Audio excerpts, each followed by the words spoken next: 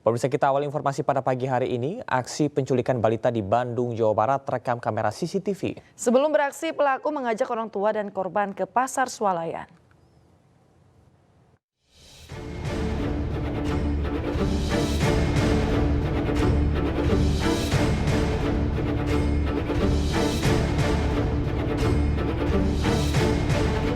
Video CCTV ini merekam saat pelaku berinisial U melakukan aksi penculikan anak balita dari seorang pemulung di kawasan Jalan Aha Nasution, Kota Bandung, Jawa Barat. Pelaku terlihat menghampiri anak beserta kedua orang tuanya yang tengah beristirahat usai mencari barang bekas.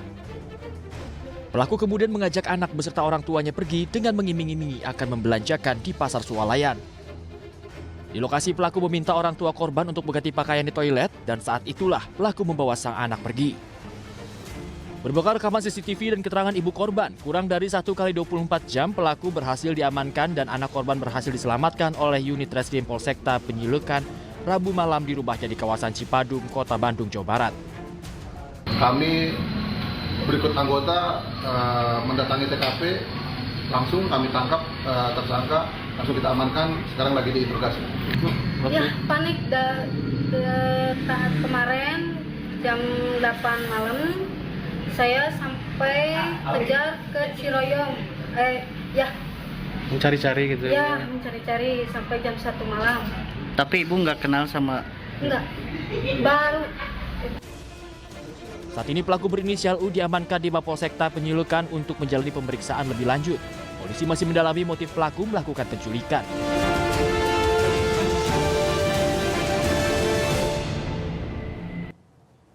Sempat hilang diculik, seorang bocah di Ciputat, Tangerang Selatan ditemukan. Korban diduga dicabuli pelaku hingga mengalami trauma.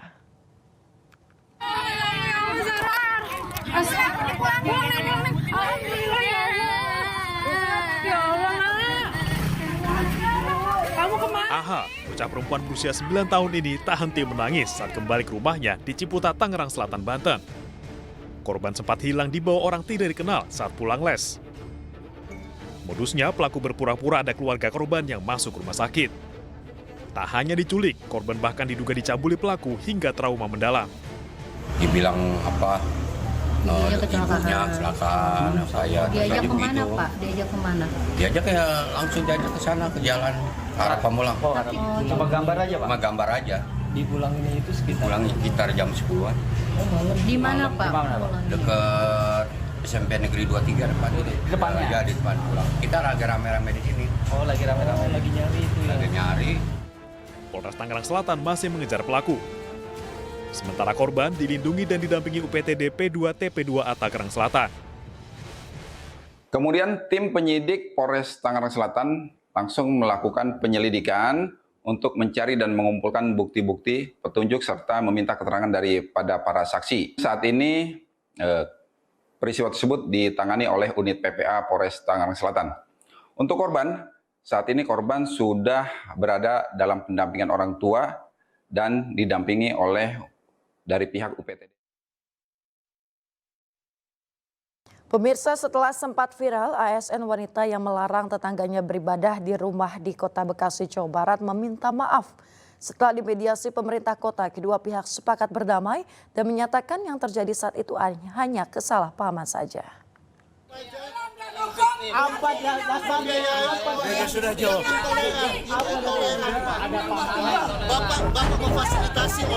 Video ini sempat viral lantaran wanita yang merupakan aparatur sipil negara ini merasa terganggu dengan kegiatan ibadah yang digelar tetangga rumahnya di kawasan Kayuringin, Kota Bekasi, Jawa Barat.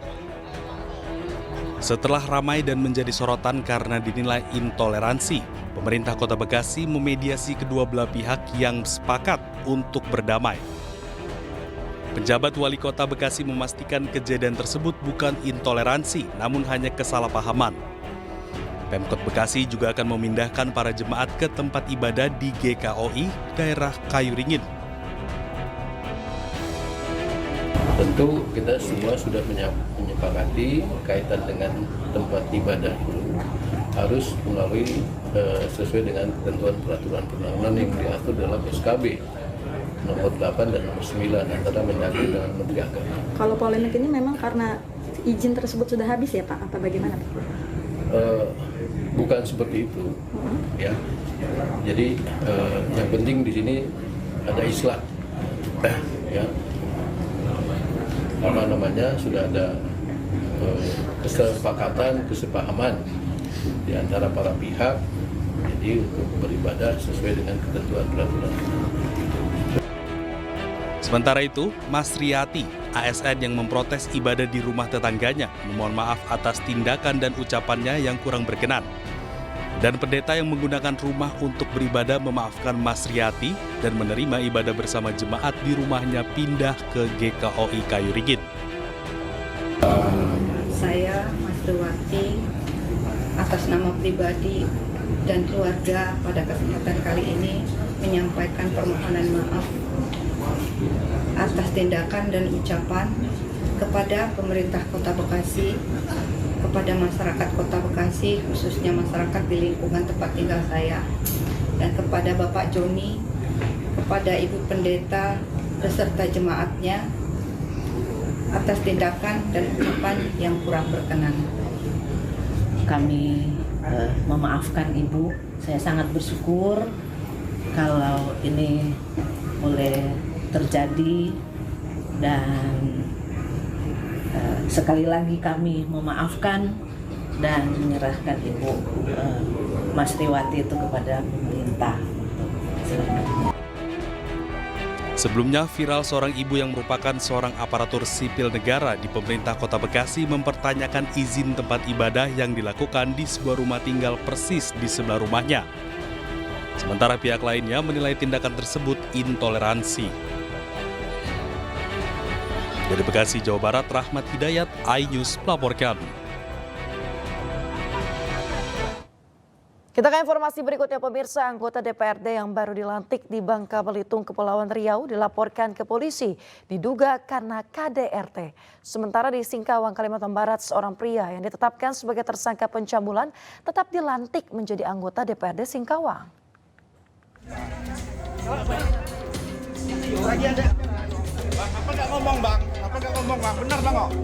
Anggota DPRD Kepulauan Bangka Belitung, Imam Wahyudi, menolak berkomentar terkait dugaan kekerasan rumah tangga yang dilakukan terhadap istrinya berinisial IS. Imam menyebut akan berikan klarifikasi saat waktu yang tepat. Klarifikasi dari abang, orang tahu. Santai ya, pada waktunya Pak ya. Oke, kapan waktunya Bang? Kapan waktunya bang? Pastinya kapan Bang? Makasih banyak teman-teman Bang. Siap. Sebelumnya pihak korban telah melaporkan dugaan KDRT ini ke polisi. Kuasa hukum menunjuk bukti foto tubuh korban yang lebam diduga akibat dianiaya. Saat ini polisi telah memeriksa sejumlah saksi dan memiliki hasil visum korban. Hasil visum baru keluar hari ini. Hasil visum, jadi kan kita melakukan pemeriksaan saksi juga. Itu hasil visumnya benar terjadi kekerasan? Iya, tinggal nanti kita melakukan gelar perkaranya. Nanti ditunggu aja saja gelar perkaranya. Insya Allah dalam waktu dekat. Di Depok, Jawa Barat, seorang oknum anggota DPRD yang baru dilantik berinisial RK dilaporkan atas kasus dugaan pencabulan terhadap anak di bawah umur. Namun demikian, Polres Metro Depok masih mendalami laporan ini. Dilakukan terhadap anaknya masih berumur 15 tahun. Nah, kalau kronologisnya sendiri, pelaku ini melakukan pencabulan dan juga sempat sudah melakukan persetubuhan dengan korban. Tapi ini baru dugaan ya, jadi kita masih melakukan pendalaman terhadap laporan yang diberikan ke kita. Polisi resmi menetapkan anggota DPRD terpilih di Kota Singkawang, Kalimantan Barat, Herman, sebagai tersangka dugaan pencabulan terhadap anak di bawah umur. Meski sudah menyandang status tersangka, hingga kini HA masih belum ditahan, bahkan mangkar dari pemanggilan pemeriksaan polisi dengan alasan sakit. Sudah keluar dan itulah yang meyakinkan kita penyidik untuk menetapkan ataupun menaikkan status saksi menjadi tersangka terhadap inisial HA tersebut. Sementara itu, kuasa hukum terduga pelaku mengaku kasus tersebut sebagai bentuk kriminalisasi dan akan melakukan upaya hukum. Kita akan tetap ambil langkah-langkah hukum yang proper dan terukur lah untuk kalau itu jelas di materi kami GPK. Betul, kami keberatan bahwa ini penyidikan tidak profesional, kemudian tidak status tersangka tidak cukup bukti dan prematur. Kami dalilkan begitu. Tim Liputan iNews melaporkan. Pemirsa, terima kasih Anda masih di iNews Pagi. 2 masa pendukung pasangan calon wali kota dan wakil wali kota Serang, Ratu Ria dan Syafruddin terlibat bentrok. Peristiwa ini terjadi saat pengundian nomor urut pasangan calon pilkada Kota Serang 2024 yang diselenggarakan KPU Kota Serang.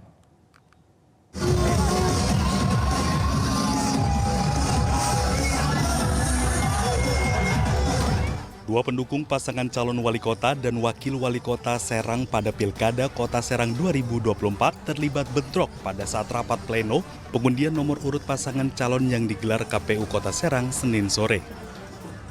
Bentrokan yang melibatkan pendukung pasangan calon Ratu Ria Mariana Subadri Usluhuddin dengan pendukung pasangan calon Syafruddin Herianto ini pecah setelah kedua kelompok massa diduga beradu yel-yel dan saling berdesakan di saat pasangan calon yang mereka dukung sedang mengambil nomor urut. Beruntung keributan tidak berlanjut setelah pihak kepolisian Polresta Serang Kota dan sejumlah pendukung melerai massa. Padahal saat pengundian nomor urut 3 pasangan calon, baik Ratu Ria Mariana Subadri Usluhuddin, Budi Rustandi Nur Agis Aulia, dan Syafruddin Herianto, ketiga pasangan calon tersebut saling berjabat tangan dan berpelukan hingga bercanda satu sama lain untuk mencairkan suasana pengundian nomor urut. Diketahui sebelumnya pihak KPU Kota Serang telah mengimbau kepada masing-masing pasangan calon untuk tidak membawa massa pendukung dalam jumlah besar dan membatasi masing-masing pasangan calon hanya membawa maksimal 30 orang pendukung untuk ikut menyaksikan pengundian nomor urut. Tadi ya, yang resmi itu kan hanya 30 yang ber-ID card, tapi himbauan kami di dalam surat itu sudah kami sampaikan hanya 50 orang yang tidak menggunakan ID card di luar dengan catatan tidak membawa atribut yang berlebihan, tidak membawa sound system juga sebenarnya kami himbau sudah tidak membawa gitu. Tapi sekali lagi ya dalam arti ini kami tidak bisa juga mencegah karena sudah terjadi, tetapi sekali lagi koordinasi itu sudah kami lakukan. Sementara itu pengundian nomor urut pasangan calon Ratu Ria Mariana Subadri mendapat nomor urut 1, Budi Rustandi Nur Agis Aulia mendapat nomor urut 2, dan Syafruddin Herianto mendapat nomor urut 3. Selanjutnya, Selasa siang digelar deklarasi pemilu damai bagi 3 pasangan calon di alun-alun Kota Serang. Dari Serang, Banten, Maisa Apriani, iNews melaporkan.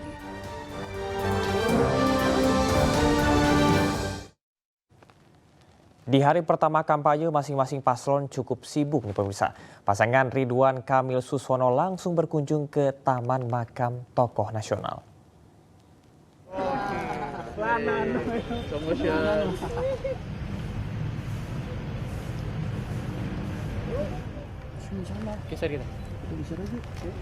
Jas merah, jangan pernah melupakan sejarah menjadi semboyan yang coba dijalankan oleh pasangan Ridwan Kamil dan juga Suswono.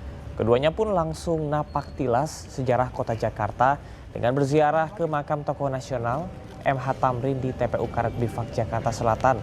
Tidak hanya MH Tamrin, keduanya juga berziarah ke makam tokoh Betawi yaitu Benyamin Sueb.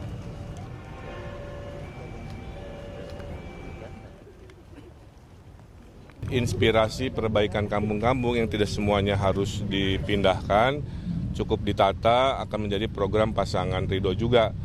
Kenapa di RW-RW kita akan memberikan dana 200 juta per tahun buat RW, kemudian insentif atau gaji RT RW kita naikkan setinggi-tingginya, kan?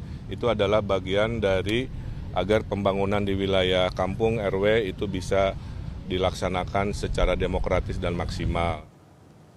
Bila dalam kampanye di hari pertamanya pasangan RK Suswono napak tilas sejarah, pasangan Pramono Rano Karno langsung tancap gas menemui warga.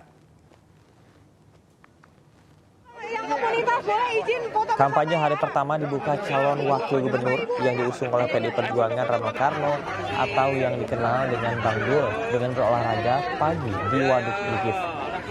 Selama berolahraga, Bang Dul juga menyempatkan diri menyapa warga sekitar.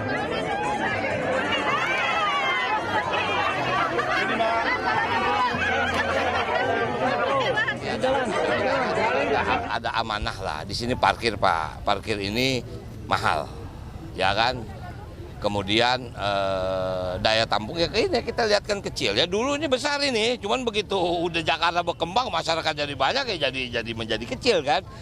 Inilah fungsinya apalagi sini kan udah BUMD, udah memang dikelola oleh perusahaan umum daerah. Ini dia punya solusi. Itulah nanti begitu saya maaf kalau memang saya mungkin. Pasangan calon gubernur dan wakil gubernur Jakarta nomor urut 2, Dharma Pongrekun dan Kun Wardana memulai kampanye perdana mereka dari titik nol Jakarta, yaitu lapangan Banteng, Jakarta Pusat. Dalam kampanye perdananya, Dharma Pongrekun dan Kun Wardana kompak memakai baju berwarna hitam dengan tulisan tagline mereka, yaitu Jakartaku Aman. Setelah memulai kampanye secara bersama-sama di Jakarta Pusat, nantinya pasangan yang berasal dari jalur independen ini akan berpencar untuk menyerap aspirasi masyarakat di seluruh penjuru Jakarta.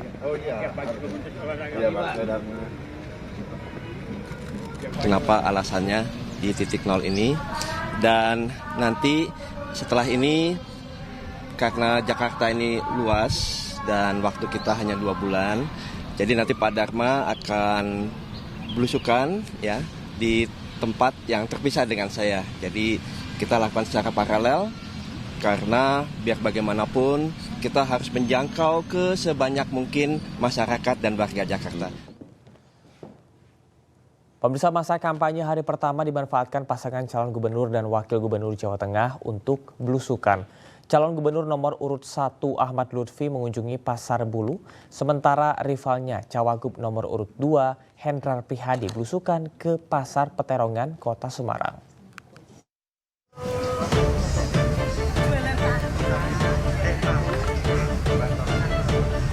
Calon Gubernur Jawa Tengah nomor urut 2 Ahmad Lutfi memilih kampanye terbuka di hari pertama dengan mengunjungi Pasar Tradisional Bulu, Semarang. Ahmad Lutfi mendapat sambutan masyarakat serta pedagang pasar Bulu. Ahmad Lutfi mendapat keluhan sepi pembeli dari pedagang sembako hingga pakaian. Menanggapi keluhan masyarakat dan pedagang pasar Bulu Semarang, Ahmad Lutfi akan melakukan pembenahan serta mengecek komoditas bahan pokok yang mengalami kenaikan. Satu, saya ingin memastikan bahwa di pasar ini kan banyak interaksi ibu-ibu terkait dengan kebutuhan bahan pokok. Ya. Saya ingin belanja masalah, contohnya harga daging normal, kemudian sayur mayur tidak ada kenaikan yang fluktuatif. Cuma mungkin daya beli masyarakat kan tidak menurun. Akhirnya ini mempengaruhi daripada kebutuhan masyarakat itu sendiri. Kesimpulan satu. Yang kedua kan ada beberapa yang perlu harus kita tingkatkan. Contoh dari tata ruang pasar harus kita tingkatkan. Contoh dari segi kebersihan. Sementara itu, calon wakil gubernur Jawa Tengah nomor urut 1 Hendrar Prihadi juga belusukan ke pasar tradisional. Ia berkunjung ke Pasar Peterongan, Kota Semarang, Jawa Tengah. Di Pasar Peterongan, Hendrar Prihadi menyerap aspirasi masyarakat khususnya pedagang. Ia berjanji membenahi pasar tradisional agar bisa bersaing dengan pasar modern. Maka saya menyempatkan sambil datang ke beberapa undangan ini ke tempat yang biasa dikunjungi masyarakat Semarang. Apa itu pasar, tempat pabrik. Saya cek, saya serap aspirasi, dan memang beberapa ada masukan buat kita berdua, Pak Andika dan saya pada saat nanti terpilih, bagaimana mengoptimalkan pasar tradisional ini di bawah tekanan atau gempuran pasar-pasar online. Ini menjadi penting karena teman-teman pedagang ini kan teman-teman di wilayah Lidelo ya. Masa kampanye calon kepala daerah dimulai hari ini. Masing-masing pasangan telah bergerak dan turun ke masyarakat untuk menyerap aspirasi dan berkampanye. Dari Semarang, Jawa Tengah, Tim Liputan iNews melaporkan. Pemirsa, sebagai negara muslim terbesar di dunia, pariwisata halal di Indonesia memiliki prospek ekonomi yang menjanjikan. Ditunjang dengan produk-produk halal, tentunya pariwisata dan ekonomi kreatif juga akan membuka peluang usaha bagi masyarakat luas.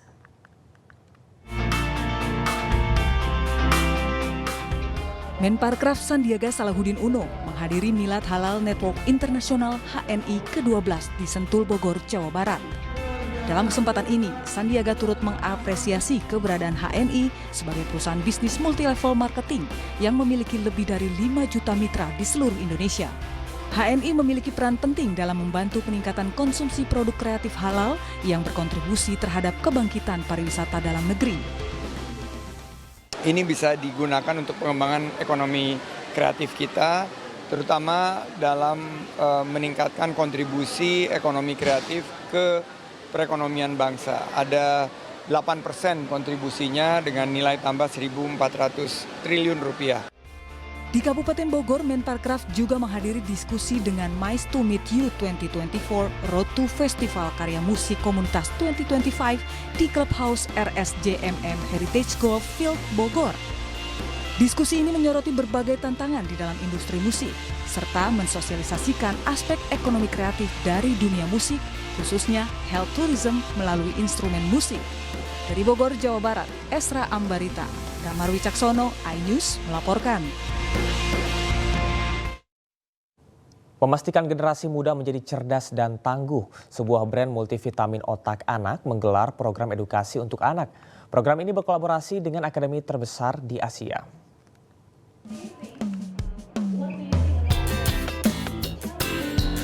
PT Kalbe Pharma Tbk melalui brand Cerebrofort berkolaborasi dengan akademi terbesar di Asia, Rockstar Academy.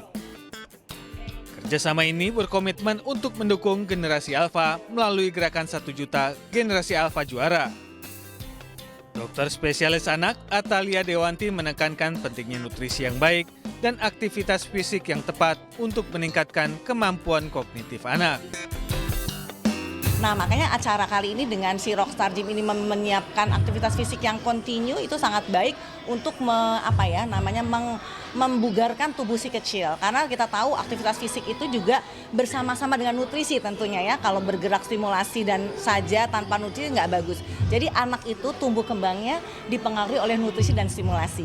Ya, jadi kegiatan hari ini merupakan kick-off dari kolaborasi Cerebrofort dengan Rockstar, di mana Cerebrofort sebagai multivitamin yang sudah lebih dari 50 tahun di Indonesia, kita berkomitmen untuk memprovide nutrisi yang optimal, dan sementara Rockstar sendiri merupakan akademi yang terbesar di Asia, sehingga dengan menawarkan stimulasi yang tepat gitu. Jadi kolaborasi antara nutrisi yang optimal dan stimulasi yang maksimal, kita harapkan bisa mampu menciptakan dan mendukung tumbuh kembang si generasi alpha. Grateful to being in this event and being a part of this collaboration. Is very excited to be involved in their gene alpha improvement, and together with Kalbe we can make a great impact in this generation. From Rockstar Academy, from activity side as a leader providing in physical activity, and from the Cerebrofort, ensuring that our children get their enough balanced nutrition. Diharapkan dengan asupan Cerebrofort, nutrisi dan stimulasi generasi alfa akan terpenuhi secara optimal. Dari Jakarta, Nisa Sahib, Jaka Samsa, iNews melaporkan.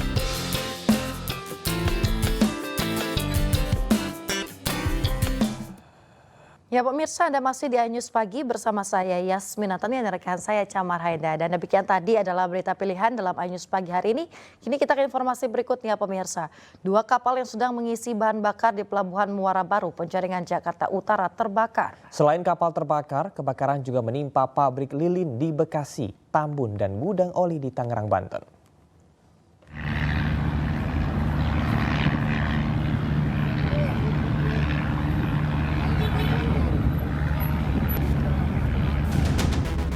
Api dengan cepat membakar 2 buah kapal yang sedang mengisi bahan bakar di dermaga Pelabuhan Muara Baru, Penjaringan, Jakarta Utara, Rabu siang.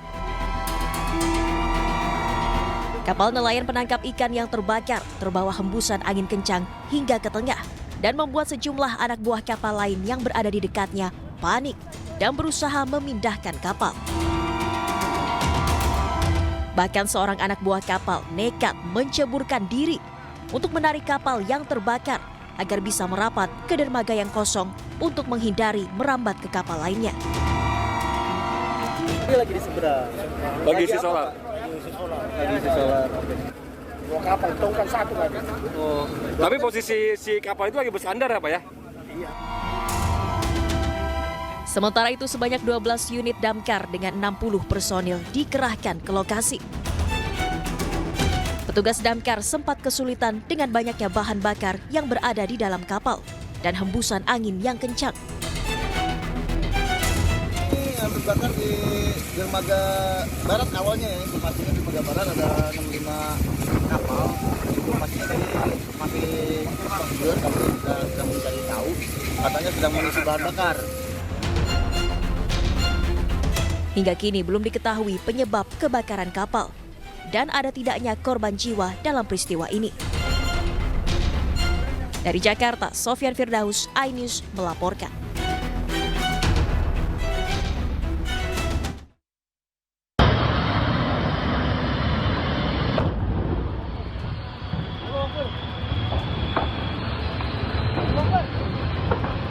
Kebakaran hebat yang disertai ledakan melanda sebuah gudang penyimpanan oli di kawasan industri Milenium, Kecamatan Panongan, Kabupaten Tangerang, Banten, Rabu siang.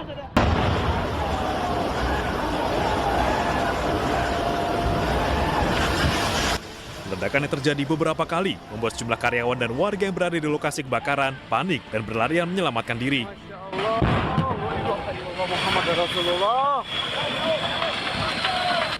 Banyaknya bahan mudah terbakar membuat api merambat ke 3 gudang lainnya, termasuk gudang pengisian gas motor dan suku cadang kendaraan. Sejumlah karyawan gudang berusaha menyelamatkan barang-barang agar tidak ikut terbakar.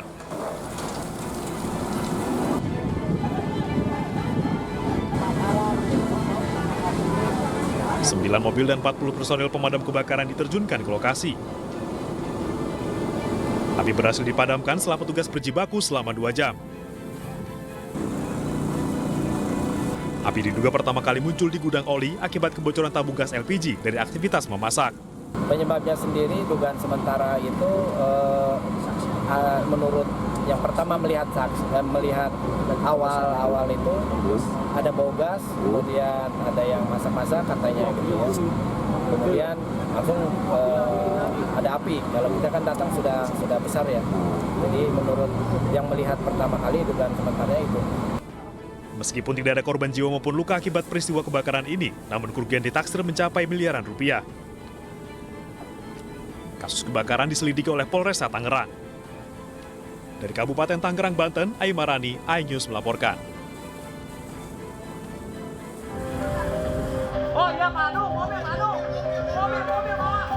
Api membakar sebuah pabrik lilin di Jalan Cempaka, Jatimulia, Bekasi, Jawa Barat.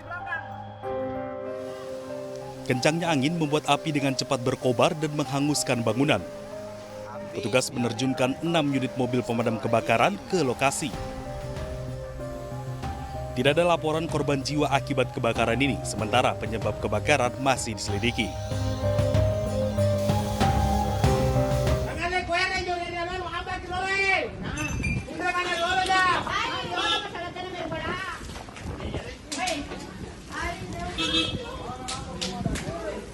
Bus SIM keliling milik Polres Maros yang tengah beroperasi terbakar di Jalan Poros, Kecamatan Cenrana, Kabupaten Maros, Sulawesi Selatan. Dari rekaman video amatir terlihat kobaran api menghanguskan hampir seluruh badan bus yang digunakan sebagai pelayanan pengurusan SIM keliling milik Polres Maros. Peristiwa terjadi di samping rumah warga dan kebakaran membuat warga maupun petugas panik berupaya memadamkan api dengan alat seadanya. Belum diketahui penyebab pasti kebakaran tersebut, namun kebakaran diduga saat mesin genset yang terletak di bagian belakang mobil diduga mengalami korsleting listrik hingga muncul percikan api.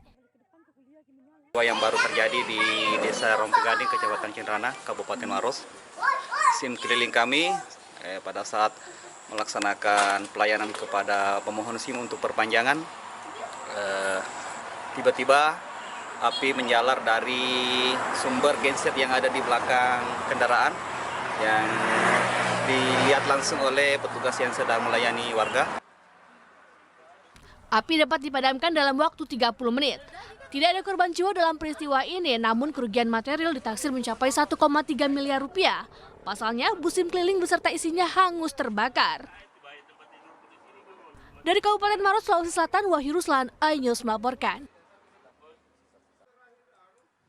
Kita beralih ke informasi lainnya, pemirsa. Jelang MotoGP Mandalika Grand Prix 2024, parade pembalap berlangsung meriah di Kota Mataram, Nusa Tenggara Barat. Ribuan warga antusias melihat langsung pembalap idola mereka.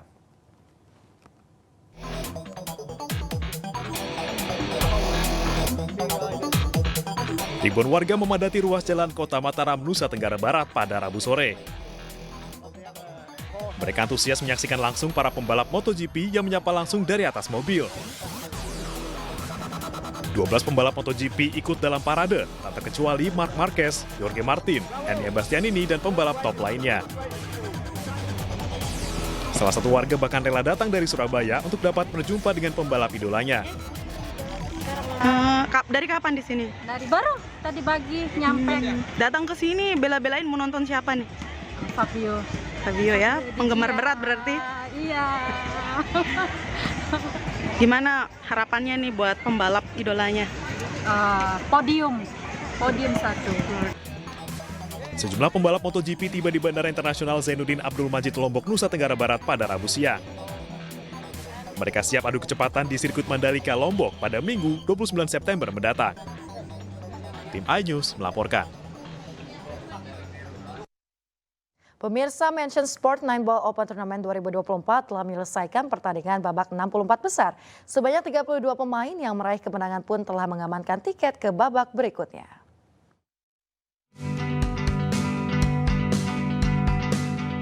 Hari ketiga penyelenggaraan Mansion Sports 9 Ball Open Turnamen berlangsung sengit. Para pebiliar saling mengalahkan satu sama lain demi menjadi yang terbaik dalam ajang bergengsi ini.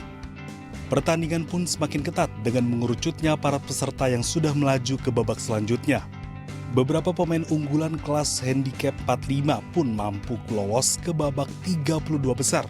Sepanjang turnamen ini berjalan masih lancar jadi juara satu. Yang pasti harapan kami sebagai panitia turnamen itu banyak atlet-atlet muda, atlet-atlet dari pelajar, mahasiswa dan juga ladies yang tertarik mengikuti turnamen open seperti itu. Sementara di hari keempat, pertandingan babak 32 besar akan digelar dengan dilanjutkan hingga partai final yang nantinya akan melahirkan sang juara. Dari Tangerang, Banten, Sukron, iNews melaporkan. Pemirsa, PON Aceh Sumut ke-21 telah usai. Meski demikian, banyak kenangan yang tersisa. Banyak wisatawan, atlet hingga masyarakat luar Aceh yang berkunjung menikmati kuliner hingga rasa toleransi selama di Serambi Mekah.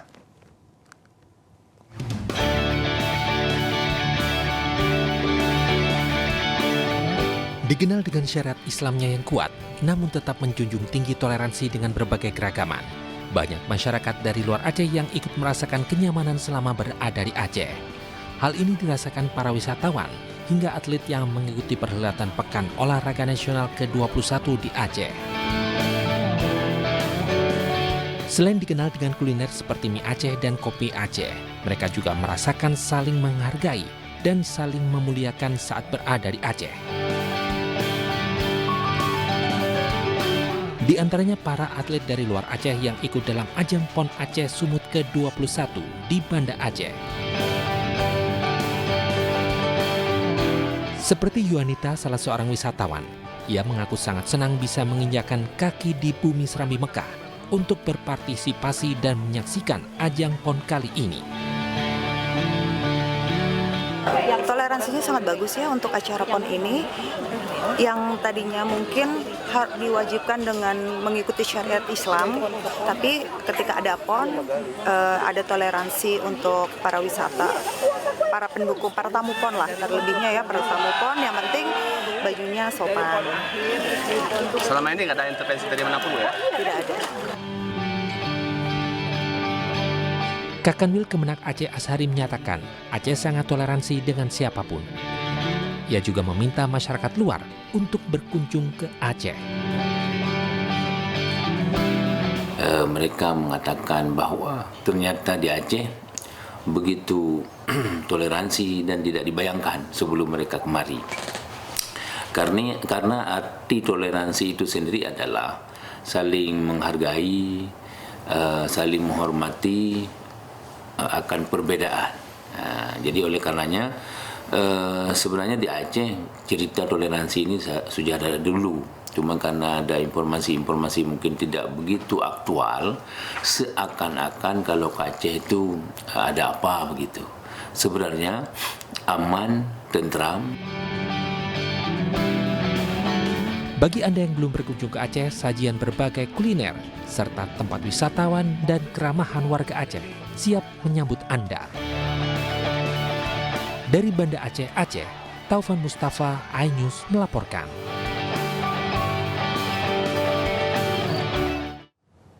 Pemirsa, Perhimpunan Dokter Forensik dan Mediko-Legal Indonesia (PDFMI) mengumumkan hasil ekshumasi jasad Afif Maulana, murid SMP yang diduga tewas karena dianiaya polisi di Padang, Sumatera Barat. Ekshumasi adalah pembongkaran makam yang dilakukan oleh pihak berwenang demi keadilan, dan hasilnya disimpulkan kematian Afif Maulana disebabkan oleh luka yang didapat saat jatuh dari ketinggian. Assalamualaikum warahmatullahi wabarakatuh. Tim dokter independen dari Perhimpunan Dokter Forensik dan Mediko-Legal Indonesia (PDFMI) mengungkap hasil otopsi jenazah Afif Maulana di kantor Polresta Padang. Sebelumnya pada tanggal 9 Juni 2024, jenazah Afif Maulana ditemukan di bawah jembatan Kuranci, Kota Padang, Sumatera Barat. Ketua tim PDFMI Ade Firmansyah menyatakan, analisis dan pemeriksaan yang dilakukan pihaknya berdasarkan metode ilmiah yang dicocokkan dengan berbagai kronologis tempat kejadian perkara dan dokumen. Selain itu juga disertakan keterangan dari Polresta Padang, Lembaga Bantuan Hukum Padang, dan Lembaga Perlindungan Korban dan Saksi. Kesimpulannya, kematian siswa SMP Afif Maulana disebabkan luka yang didapat saat jatuh dari ketinggian. Kematian dari almarhum Afif Maulana ini adalah sebuah kecederaan atau kekerasan tubuh yang multiple pada daerah hingga punggung serta kepala yang mengakibatkan adanya patah tulang belakang kepala, ada terluka juga di bagian otak. Terkait hasil otopsi ini, kuasa hukum Afif Maulana dari LBH Padang, Anissa Hamdan, mengaku pihaknya masih mempelajari hasil otopsi. Dari Padang, Sumatera Barat, Budi Sunandar, iNews melaporkan. Komisi Pemberantasan Korupsi KPK hingga kini masih menunggu kelengkapan proses administrasi dalam laporan gratifikasi penggunaan jet pribadi Kaisang Pangarep. Publik diharapkan bersabar dan menunggu hasil dari analisis resmi.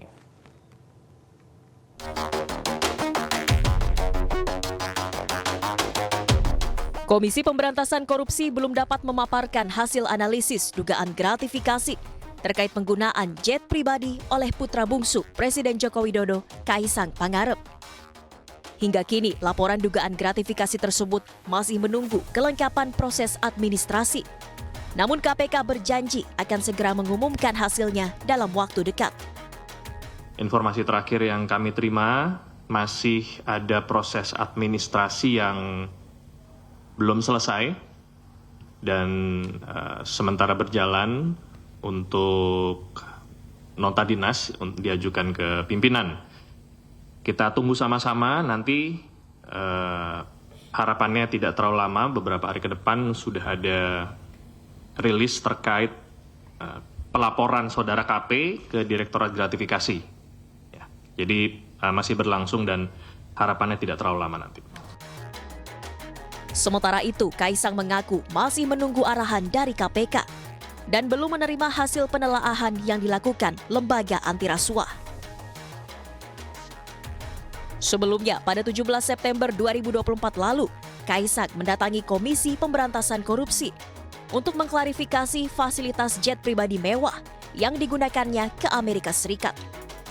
Kaisang menyebut dirinya hanya menebeng jet pribadi milik temannya. Tim Liputan iNews melaporkan.